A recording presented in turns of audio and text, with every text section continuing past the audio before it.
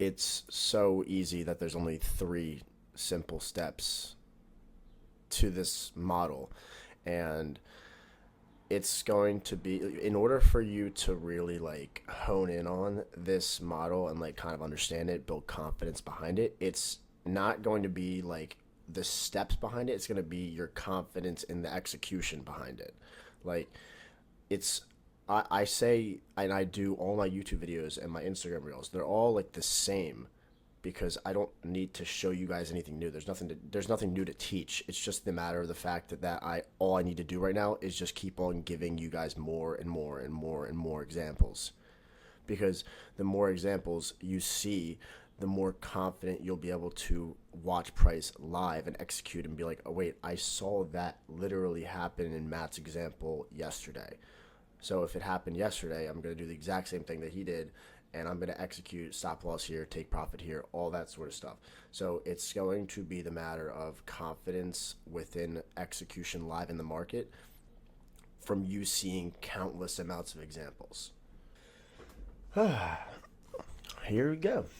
Well, thank you guys all for joining and being a part of this. I am looking forward for the new people that aren't aware of what the model is. I'm hoping that you learned something from this and you're able to take value and then execute what I tell you live in action, and then hopefully get some payouts, get funded accounts, because I'm being honest, like I said this already, this is the most simplistic approach to price delivery. And I call it my forever model for a reason, because it's the only model that I will be trading for the rest of my life. And the narrative build behind it, the bias, the execution is so simple. So we're going to start off by going off with the checklist. And the checklist, like I said, 3 simple and easy steps. These are the steps behind the checklist. 1, you need a tag of an internal range liquidity pool, which is a fair value gap. And then 2, SMT divergence at the tag or inside of that internal range liquidity pool. But I know a lot of you guys, you kind of get confused behind this one, because you ask me like, Matt, do you need to wait for the candle close after price reaches that internal range liquidity pool? Like, do you need to wait for the candle close to confirm the SMT? No, you don't. All you need to do is wait for when price is already moving and live in action. Is as that candle's printing, you are going to then look at the aligned lower time frame and then wait for your change and save delivery to happen as that higher time frame candle is printing. Because if you wait for the candle closure and you don't watch the reaction on the aligned lower time frame, you're going to miss the trade, because it's already going to happen. And all you do is execute off of the order block that sweeps liquidity, and you guys are already asking this, short-term low sweep. Because when I say drop to your aligned lower time frame and wait for a CSD off of your higher time frame IRL, the sweep of a short-term low that you guys are asking about, that's happening when we're creating SMT divergence and the tag of the internal range liquidity pool. So regardless of your like worry of if there's going to be a short-term low or a short-term high sweep, that will have already happened with this step. There's, no matter what happens, there's going to be a run on a short-term low or a short-term high with this. So when you guys ask, are you waiting for a short-term, like a lower time frame sweep liquidity? That's going to happen already. And you're going to see it in the examples that I give to you guys. But these 3 steps are literally the foundation. Well, actually, primarily these 2. 1 and 2 need to happen in order for you to even look for an execution. So these are the most important aspects. And once 1 and 2 are checked off, you go to 3 and you look for your execution. So that is why I say this is the easiest way to view price delivery. So make sure like you guys screenshot this, put this on a post-it note, whatever you want to do, and save it for later. Now I'm going to get into the examples, and it should be clear based off of what I said here. So I did put this in my Insights channel. at the beginning of last week, and this is Euro dollar and GBP USD on the right.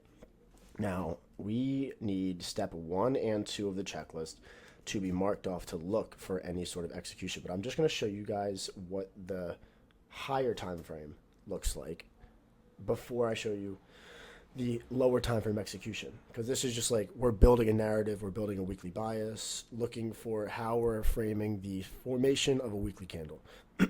So if you look, you see the differentiation between how the pound dollar is inside of this gap and the euro dollar is inside of this gap. So we have step 1 and 2 off of the checklist. SMT divergence inside of internal range liquidity pool. SMT divergence inside of internal range liquidity pool, but the higher, sorry guys, but the higher gap resting here. And this is just an internal to external range move. And as you can see, when the weekly candle prints here, boom, we take out the resting high on the stronger asset, but we fail to do so on the weaker asset. But this is also moving into the new week. That doesn't mean that this external range high can still not be taken out. It definitely can be, but we had this in my Insights channel for people to see if they can capitalize on the move. And we also had this next pair here. And now I'll go into not just the weekly chart, but the 4 hour for execution, just so you guys can see how you're going to execute it, where are you getting in, how are you putting your stop loss, where are you doing your take profit. So it's literally the same thing on AUD USD and NZD USD. We have a fair value gap resting here, and the same corresponding fair value gap is the one resting here. So that's our SMT divergence inside of an internal range liquidity pool. And then price has an external range draw. So internal to external range liquidity. The foundation of how the market books price is simply just rebalancing imbalances and seeking old highs and lows. So we're using that for our bias, and then we're using the forever model structure for our entry. Now, since we're on the weekly chart, we go to the align lower time frame, which is the 4 hour. And we're going to look for that order block to form after it runs short-term lows and creates our higher time frame SMT inside of the weekly internal range liquidity pool. So here is the 4 hour chart when price is trading inside of that weekly internal range liquidity pool. You could see here our stronger asset resting here. We have a little accumulation, manipulation lower, but what is the candle that runs liquidity, like the short-term low? The candle that runs the short-term low in this little set of series of candles is this down close candle right there. So I'm using this candle here as my order block / change and save delivery candle. I'm waiting for price to close above the opening price of that candle for me to then consider an execution. So step 1 and 2 are marked off on the checklist, and all we do from this point on is just wait here, right there. That is our labeled change in state of delivery and order block that we can utilize for a long execution. So all I would be doing from this point on is putting my entry trigger at when price comes into that order block. My stop loss goes at the low of that candle that ran the short-term lows, and all I'm doing is simply targeting a 1 to 2 risk to reward. Literally, that's it. And then another thing for the people that are kind of like, I would say, like anxious when they're in trades, they close their trades too early, or they'll be close to their stop loss and they'll close it prematurely because they're afraid that they're just going to lose the whole position. Once you get in a trade, this helped me so much. Just execute, put your alert at your stop loss, put an alert at your take profit, and then close the charts. Come back when price hits either side, and you will have just understand this. You've accepted the risk, and now all you're just letting happen now is let price do price's thing. That's it. You execute, stop loss, take profit alerts, and then You walk away, you come back when either is triggered. Is my voice cracking? Or is it clear? Okay. But you can see price on the next candle tagged you in, and then you're out at a 1 to 2 risk to reward. You come back when price hits your target. Now, there's another thing that you can do here is once price hits a 1 to 2 risk to reward here, you can either close the full position, or instead of closing the you can either close the full position, or you can close a partial 80% here. Stop loss goes to break even, and then your full TP, you can leave a runner to any resting buy side liquidity or the weekly external range move.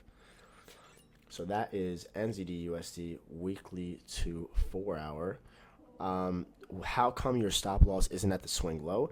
My stop loss was resting at the candle order block that we're using for our execution, because price should not pierce below this candle if we are going to use it, if we're utilizing it as support. That would be invalidation.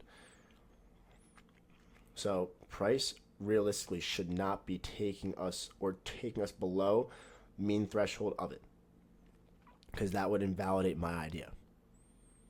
I wouldn't want to see price coming all the way down below this candle wick low, nearly stopping me out and then going my direction. That would just honestly keep that candle that we use as an execution for like just complete irrelevance.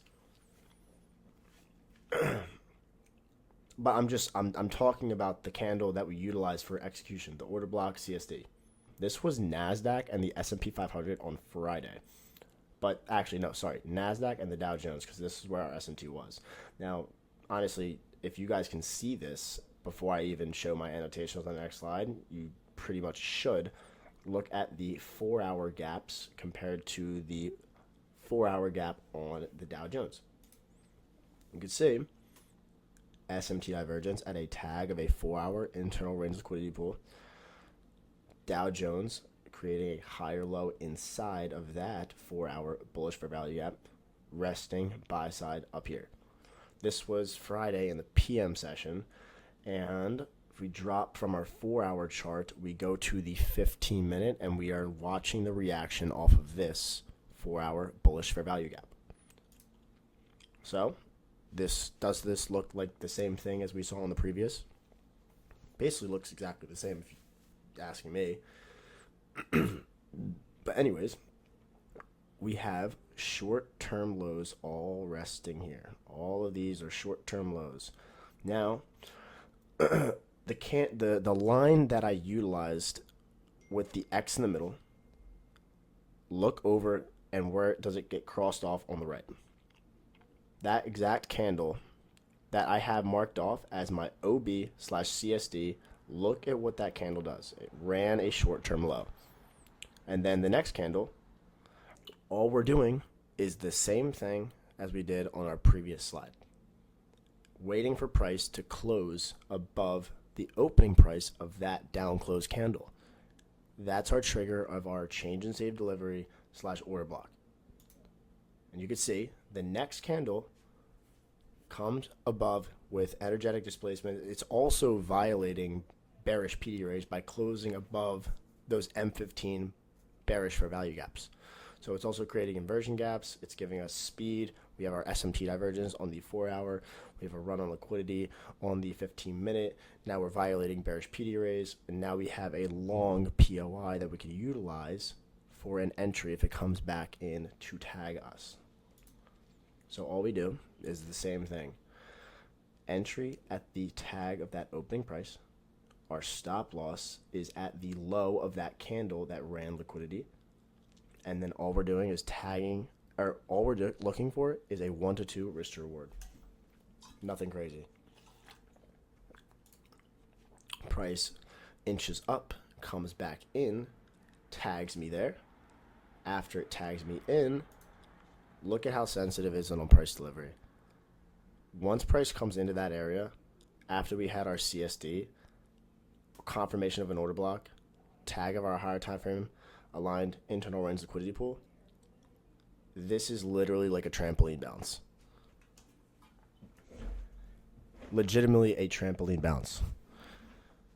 Now, obviously, it's easier said than done to just show you guys this in hindsight, but the more you see this, the more you'll be able to gain confidence in executing this live. Like, it's legitimately going to just be a matter of you getting comfortable of watching and tape reading the forever model in live action. These steps are way too simple for them to be confusing and overlooked. Like, even if you just go through the public chat, like, you guys are just catching this shit every day.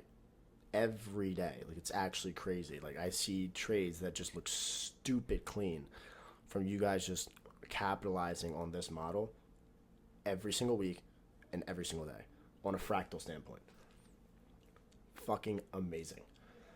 But anyways, this order block, that candle, is legitimately a trampoline of support when you have your higher time frame SMT divergence, you have your change in state of delivery, and price confirms, comes in, taps, go.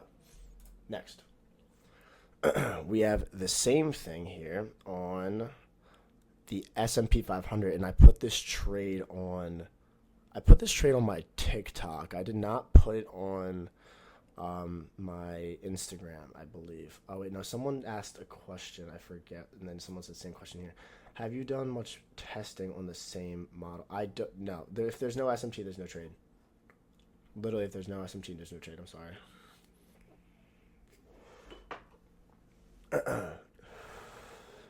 SMT validates all price delivery and price movement.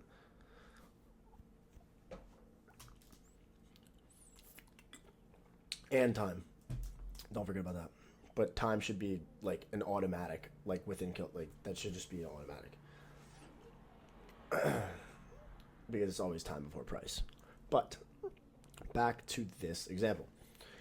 We have the S&P 500 on the right on the 15 minutes, and we have the NASDAQ on the left on the 15 minute. Now, I took the trade on the NASDAQ, or on the S&P 500 rather than the NASDAQ because I missed the execution, unfortunately, between NQ, so I capitalized on ES. So we'll look at this here and see what happens on our aligned lower time frame. So we're watching from a 15-minute standpoint, watching price inside that 15-minute internal range liquidity pool. We're looking for a reaction on the M1 chart.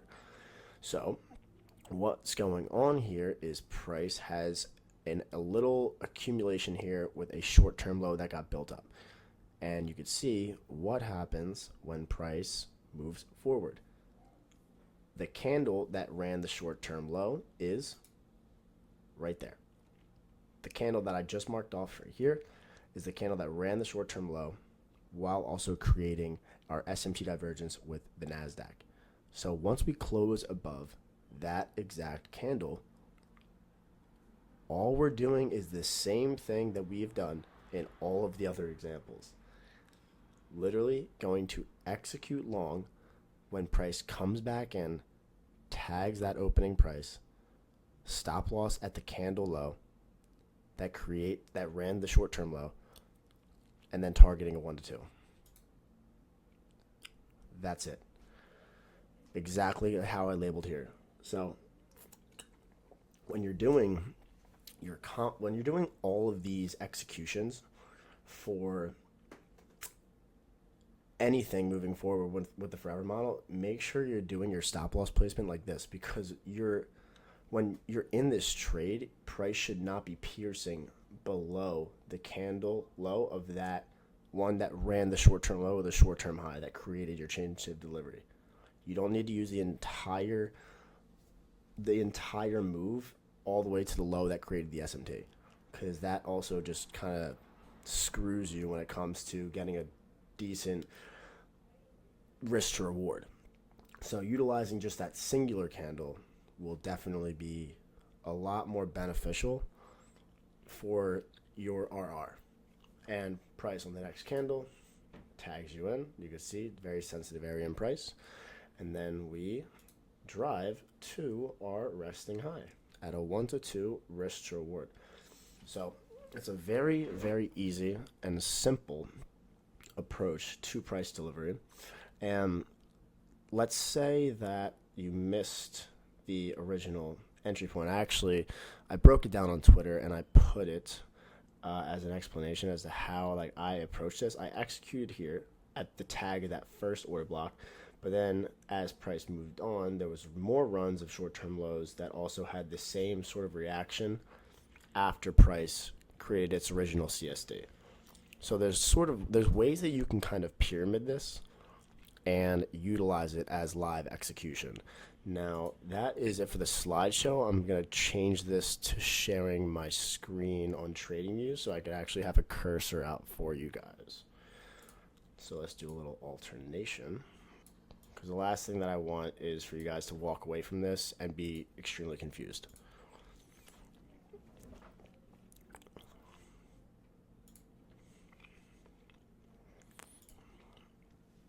I want to make sure that this is a picture perfect, clear depiction of how I am trading this model. JP, if you go to the Get Access channel, you can get access there. Do I use standard deviations for your TP when leaving a runner? I do not. I just simply use, I mean, you technically can, like here. Let's see if I did Fibonacci, if I did standard deviations here. I'm pretty sure it would line up like 2 to 2.5 standard deviations lines up practically right above the resting buy side liquidity up here. So if we play price out and watch what happens, literally we take out our buy side liquidity, and it's honestly used at a very good target. It comes up, tags 2 to 2.5 with your manipulation leg that ran the short-term lows here. Comes up, that's your runner, take out, and then you're done. But from what I have had and experienced with the model, and also other people can validate this, a 1 to 2 risk to reward literally is offered almost 9 times out of 10 when it comes to your step 1 and 2 being checked off on the list. Like, you can get a 1 to 2 risk to reward, and then price can literally rip right against you and then recreate the S&P divergence again within the higher time frame internal range liquidity pool.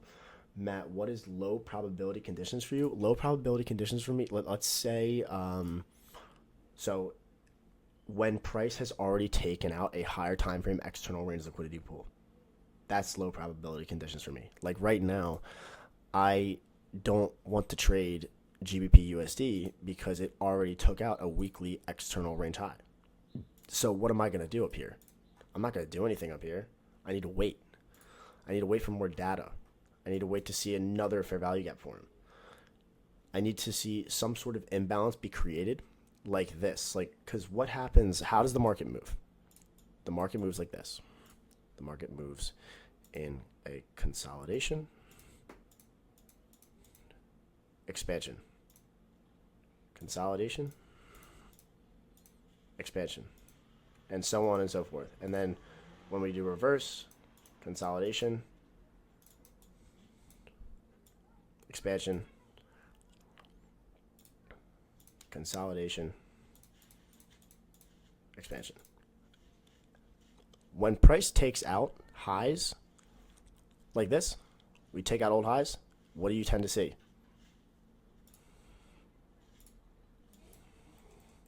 This same situation that is going on right now is literally like we just had on the previous weeks.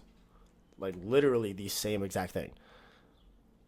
And if you just look, like my low probability conditions, after price takes out a high, I don't even need to replay this, but you guys can literally just see it for yourself. We take out a high here. What happens? Price is ranging, and then we expand. What happens after we expand and we take out a high here? Another range. And then what happens again? We take out a high. What do? We range like this. Now we take out another high. So what are we going to do again?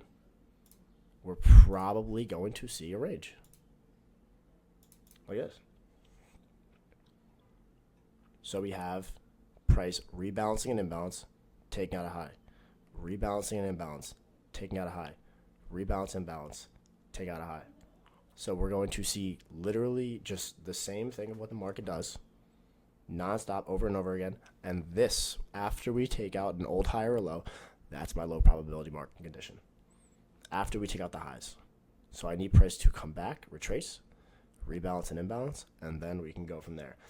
So for GBP USD, I'm not going to look for a trade this week, but probably the following week on pound.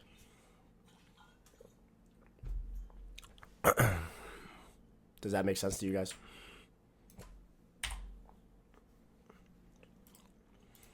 Was that clear? Also, I want you guys to know this. This exact strategy in my model, it works on every market. It doesn't just work on here. Ready? This is one example. Another example right here. Bitcoin. This is a 4 hour. Here, I'm gonna show you guys this here. I had this. I don't know why this wasn't on my slideshow. I'm pretty annoyed with that. Anyways, let's look at this real quick. So we have a 4 hour internal range liquidity pool. I'm going to delete all this stuff before I even show you guys the next. 4 hour internal range liquidity pool that creates SMT divergence with ETH. And where is that? Here. SMT divergence with ETH. So if we look at the corresponding lows, here we are.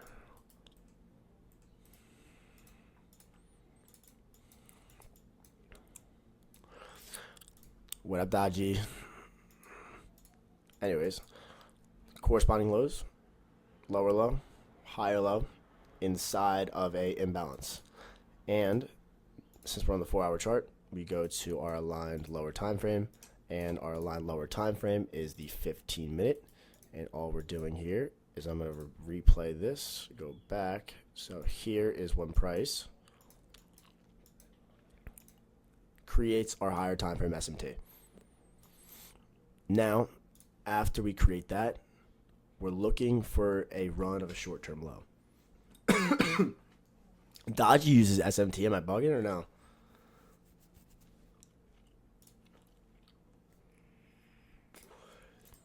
Exactly. Yeah, there's no verses.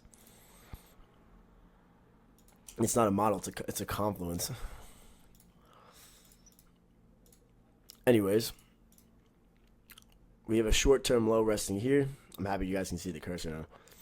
Now, after we have a short-term low that we labeled off, this candle resting here at 11:30 is the one that runs that short-term low, this down close. So all I'm doing here is I'm waiting for price to close above this down close candle that ran our short-term low, but then also created our higher time frame SMT, because it looks like an accumulation, manipulation, creates our 4 hour SMT divergence. All we do here is wait for price to close above this down close candle, and once we do, right there is when we could use this as an execution long. Wait for price to come in, tag that opening price of the down close. Stop loss goes at the low of that exact candle here, and then all you're doing is looking for a 1 to 2 risk to reward right there. Price on the next, right there, boom, in, takes us right at the mean threshold of the OB, and then takes us out. So that was a 5, 10, 15, 20-minute trade. And I know Dodgy would have longed right here too. And then took out the data highs and all the data highs over here. He loves the data highs. All of those data highs. Like, that's literally textbook. Anyways, did this example make sense to you guys? Like, was this clear? At least for also the other examples that I gave out.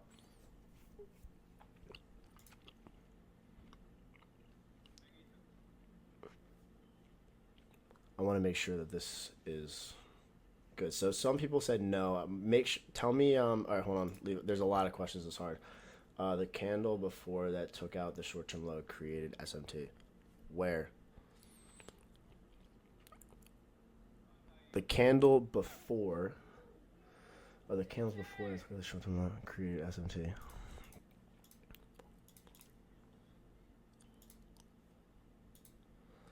Let's see.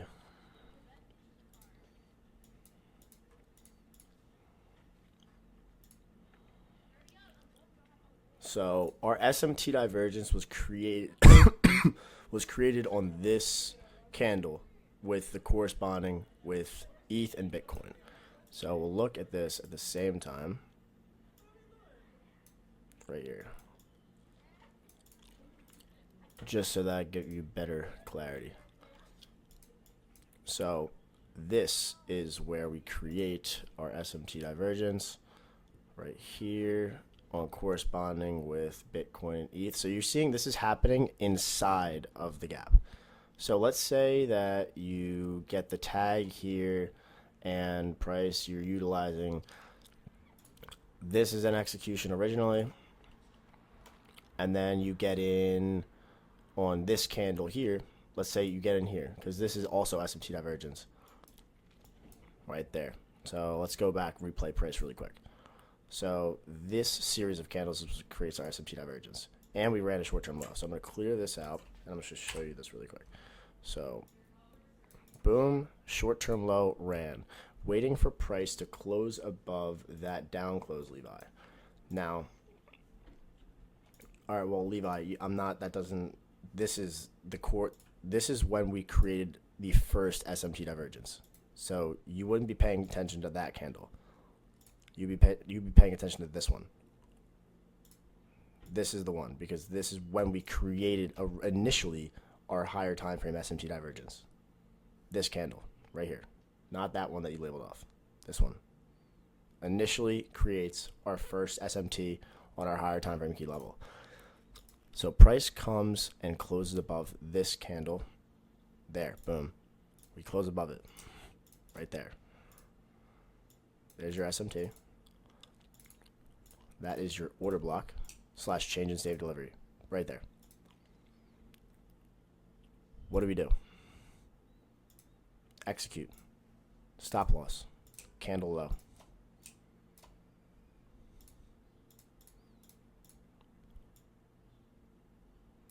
TP 1 to 2. Right there.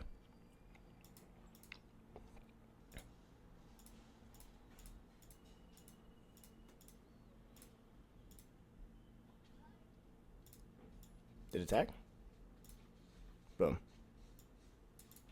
I'm out. You're closing 80% of the position here and leaving your stop loss at break even, or you're closing the full position right there. That's it. No, I'm not using daily profiles or weekly profiles. I'm not doing any of that. I don't use. I'll use the body if the wick is tremendously massive. Like I'm not going to use. Like, let's say like I'm just say I'm looking at this candle here, like this one, like with a massive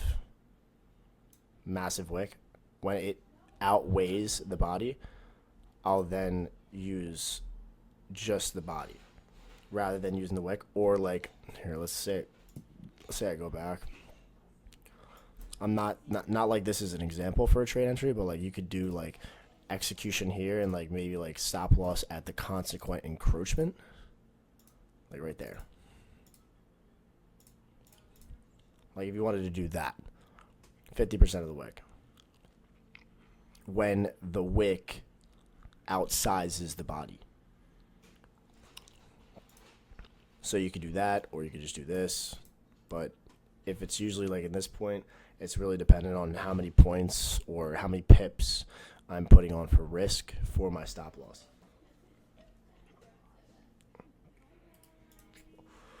You know what I mean? All right, now let's see. Does higher time frame alignment candle to close? Yeah, so I already said this in the beginning. In the entry model checklist, the candle does not need to, you don't need to wait for the candle close. You simply just need to watch as the candle is printing live. Like as it is moving, you are then looking at your aligned lower time frame and the reaction there for price to then give us our anticipated delivery. And I'm only trading, someone else has said this, do you only trade IRL to ERL? Yes, because IRL to ERL is continuations rather than reversals, and I think that they're more high probable. Like I'd rather play a continuation than a reversal of what the trend is. Like let's say price is doing this, the consolidation, expansion, expansion. Like our higher time, like our order flow is what? Bullish. So I would rather be trading this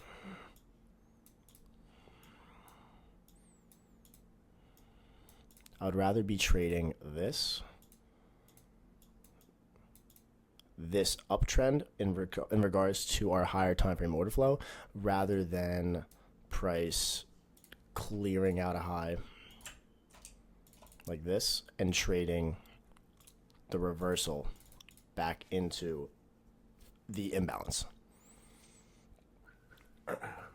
if that made sense. So that is the most simplistic way for me to put it and the safest way for me to keep my bias strong in respect to how price has already been moving. How many pairs do I watch? Yeah, I could actually just show you my what is on my watch list. So, guys, please don't spam the same question over and over and over again. Like I'm gonna get to it. There's 183 people in here, so you don't need to do that. But I have my indices, I have my forex futures, I have majors, I have exotics, and then I have my bonds and dollar, and this is crypto and the stocks that I have and trade. But also there's some of these, but I don't even know. This needs to go. That needs to go. This needs to go. And I have gold, silver, I have oil, some commodities. I don't use premium and discount as a necessity for the forever model. That's why it's not included in the checklist. Because price can still move higher in premium and it can still move lower in discount. It's legitimately the same thing from a long example to the short example. There's legitimately no difference. But let's see, do I have a example here I could show you?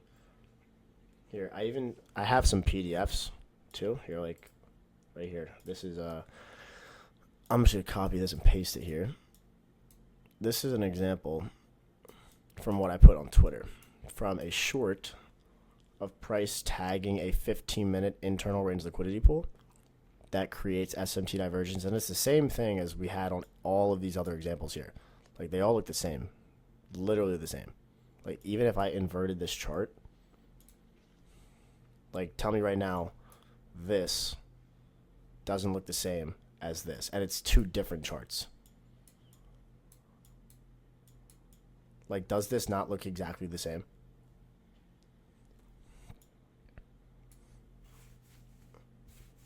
Does this not look exactly the same? And I enter only during kill zones. I use opening prices of the order blocks, and yes, opening prices of candle openings. Like what? So let's King. Let's say that we're looking to take a trade on the 4-hour chart or the hourly, but let's say 4-hour, and we're doing a weekly internal range liquidity pool to a 4-hour market maker model.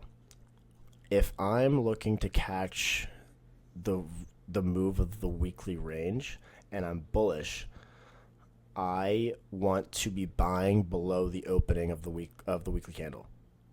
And let's say that I'm bearish, I want to be selling above the opening of the weekly candle so that I can catch that weekly range move.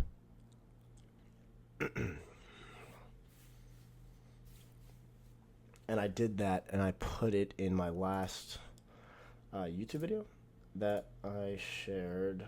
I believe that was from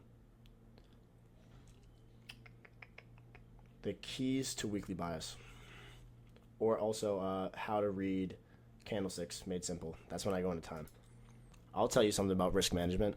If you guys are still trying to get a funded account and going through a challenge phase, you should only be risking, if you're in profit, risk 1% on every single trade that you take. Risk 1% on every single trade. If you're in drawdown, risk 0.5%. But keep yourself at a limit of 2 losses in a day. If you lose 2 times in a day, you are done for the day. If you lose 4 times in a given week, you're done for that week. You should not be losing more than 4 times in a week. And if you are, that is something in your own like mental issue of your like management of how many trades you're taking in that day or in that week. So it's definitely like a mental and a psychology thing. But I have always kept myself at a 2 losses in a day, I'm done, 4 losses in a week, and I'm done for the whole week. How many trades did I take per week? Last week we took, I believe, 5. 5 trades. No trades were on Friday, though. It was Monday through Thursday. So, bro, we could sell ETH if it's in a daily fair value up and created SMT with Bitcoin. If there's yes, you can look and monitor the reaction on the aligned lower time frame. So you would look at the hourly and watch the reaction based off of your daily SMT divergence. That's a good layout for your pairs for SMT, brother. So, I mean, if people, I'm going to reply to this here. So if somebody wants anything that is for SMT correlation, Joseph just made something nice. 66%. Explain SMT. SMT divergence is literally all of my YouTube videos, brother. It's just the Kraken correlation between 2 assets. So, like, I'll just do it really quick for the people that are very fresh. If NASDAQ is here, and then we have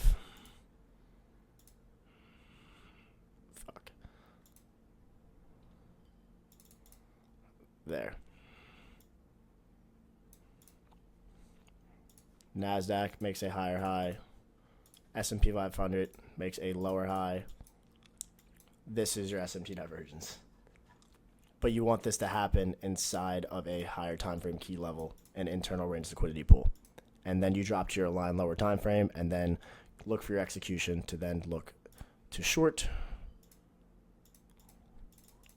like that.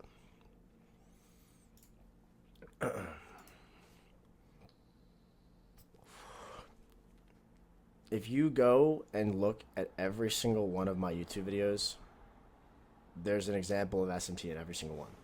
Levi, what's going on here, brother?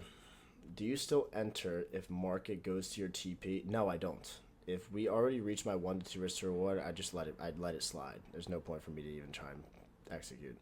I'd rather not execute when price already made its move to my 1 to 2, because typically the retracement that far back up into the range for a very small, wait, I saw this inverted, for a very small stop loss, it doesn't give me the utmost confidence to still use that as a reliable entry, because most likely you'll already have seen the price delivery reach and take out a buy side liquidity pool objective point or a sell side. Do you set an alert at your high time frame key level? Yes, I do. And yes, exactly. I set an alert at the internal range liquidity pool, and then once price reaches there, I watch for my SMT, and then once I have 1 and 2, then I drop my line lower time frame and I look for my execution. What if price is stuck between 2 PE arrays? Would you take it? Yeah, I would not take it. If it was stuck between 2 PE arrays, no. Like a Sibi and a BISI, no. What's the difference between direct? Okay. You don't wait for candle to close, meaning, no, I don't wait. Like, so let's say we're on the weekly chart. I don't need to wait for this weekly candle to finish forming. Like, I don't need, hold on. In order for me to see the SMT, I could see the SMT down here. Like here. It's literally here. And also notice this. This is the opening of the weekly candle right here.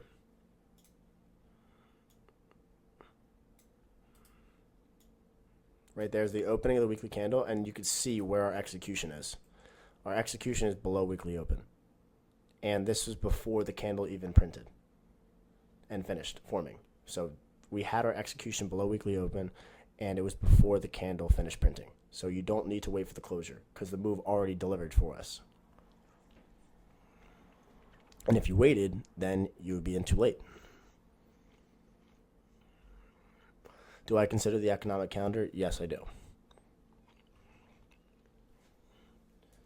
Economic calendar is what gives us our volatility injection to our drawn liquidity, our external range targets, and confirmation of bias, Judas swing manipulation, all of that.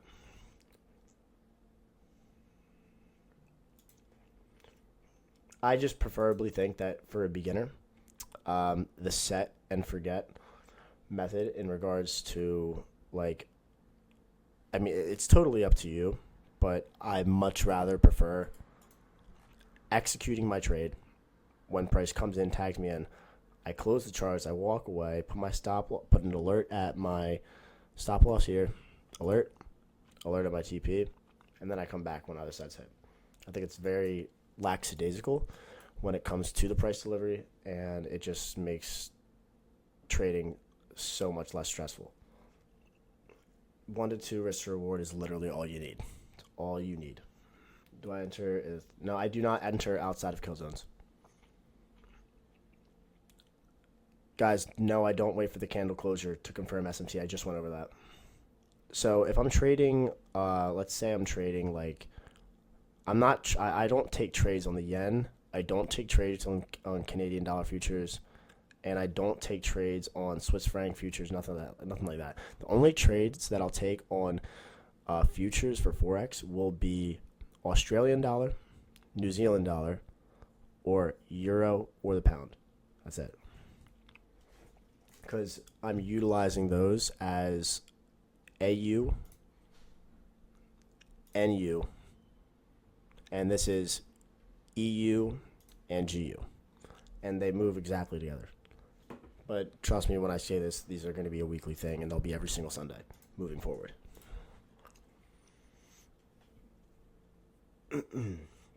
If the execution is on H4, H1, yes, you still need kill zones. If swing trading going off the weekly IRL, it's a 4-hour aligned time frame, still only enter on kill zone? Correct, yes. Correct. Do you look for a CSD on the aligned time frame once you have a weekly/daily concept? Yes. You just need SMT divergence and an internal range liquidity pool tag. That's it. What if there's another FVG below or above the current one? All you need to do is watch and wait to see if price creates SMT inside of that liquidity pool. Like you're sitting here, like say we're looking at NZD USD, but look, I'm going to close this. There's a fair value gap here. There's a fair value gap here. I know that I know there's a imbalance down here, but once we create the SMT inside of this one, I'm going to be like, there's no need for us to go down here. This range is already balanced. We already ran our buy stops below here, so there's no need for us to go back down here. We can just hold this gap and trade higher. Do you only trade from IRL plus SMT to ERL? Yes, only. Do you have a video on weekly preparation for process and finding which pair to trade based off of news? I do. But it is now 12 o'clock. I want to say that I really do appreciate all of you guys being in here, and I'm just happy to say that like this model is just impacting you guys in a very beneficial way. And I see all the trades that you guys are taking, and it's honestly amazing to see you guys execute this live in action. It's phenomenal. Now, if you guys learned something from this webinar, you took value from it, please just spam W's in the chat for me. Amazing. And we will 100% be doing classes like this every week, and they'll be on Sundays.